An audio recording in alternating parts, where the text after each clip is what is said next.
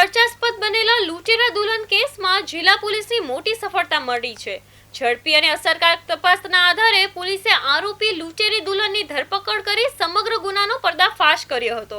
આ સફળ કામગીરી બદલ ભોગ બનનાર લોકો જિલ્લામાં પોલીસ કચેરી ખાતે પહોંચ્યા હતા અને જિલ્લા પોલીસ વડા ડોક્ટર પાર્થરાજસિંહ ગોહિલને સન્માનપત્ર અને ફૂલોથી અભિનંદન પાઠવ્યા હતા।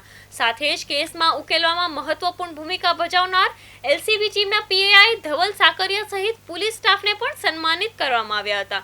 પોલીસની સતર્ક કામગીરીને કારણે ભવિષ્યમાં અન્ય લોકો આવા ગુનાઓમાં ભોગ ન બને તે માટે વધુ કડક કાર્યવાહી કરવાની પણ માંગ કરવામાં આવી હતી। સમગ્ર જિલ્લામાં પોલીસની કામગીરીને લઈને પ્રશંસાનો માહોલ જોવા મળી રહ્યો છે।